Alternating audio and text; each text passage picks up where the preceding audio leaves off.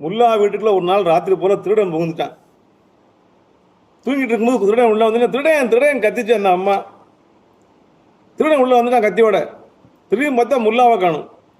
சுற்றி அடித்து என்ன போயிட்டாரு, வீட்டுக்கு ஒரு பெரிய பீரோ இருந்தது. அந்த பீரோவுக்குள்ளே போய் உட்காந்து உள்பக்கம் கூடு போட்டுக்கிட்டாரு பீரோவில். திருடன் வந்தான், தங்கத்தாத்தான் எல்லாம் பண்ணா. இந்த அம்மா கத்தி பார்த்து ஒன்றும் இல்லை, போயிட்டான். போன பிறகு பீரோ திறந்து வெளியே வந்தார் அந்த மனுஷன். அறிவு இருக்காயா, வீட்டுக்கு திருடன் வந்துட்டான், நானும் கத்துறேன், நீ தூங்கிட்டு இருந்துச்சு, ஆளை காணும் பார்த்து ஓடி போய் பீரோக்குள்ளே ஒழிஞ்சிக்கிட்டே ஐயா, நீலாம் ஒரு ஆம்பளையா, எல்லாத்தையும் கொண்டு போயிட்டானே. அந்த அம்மா சத்தம் போட்டு கூப்பாடு போட்டு அழுதுச்சு. அவர் நிதானமாக சொன்னார், இங்கே பொருடி சத்தம் போடாதடி, கத்தாதடி, இந்த வீட்டிலையே உனக்கு ரொம்ப விலை உயர்ந்த விலை மதிப்பு இல்லாத பொருள் எது? தங்கம்மா, நீ போட்டிருந்த செயினா, வீட்டில் உள்ள ஃப்ரிட்ஜா, மிஷினா, வாஷிங் மிஷினா, அல்லது புடவையா, அல்லது டிவியா, பொருட்களா, அப்படி வச்சுருங்களேன்.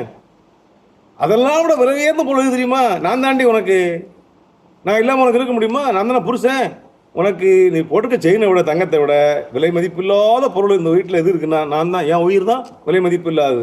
அதனால தான் என்ன அவன் திருடிட்டு போயிடப்படாதுன்னு சொல்லி நான் பத்திரமா பீரோவில் ஒழிச்சு வச்சுக்கிட்டேன். பீரோவுக்குள்ள என்ன வச்சு நான் பூட்டிட்டேன். தங்கத்தை பூட்டி என்ன செய்ய, நான் தானே விலை உயர்ந்த பொருள் அப்படின்னு சொன்னார்.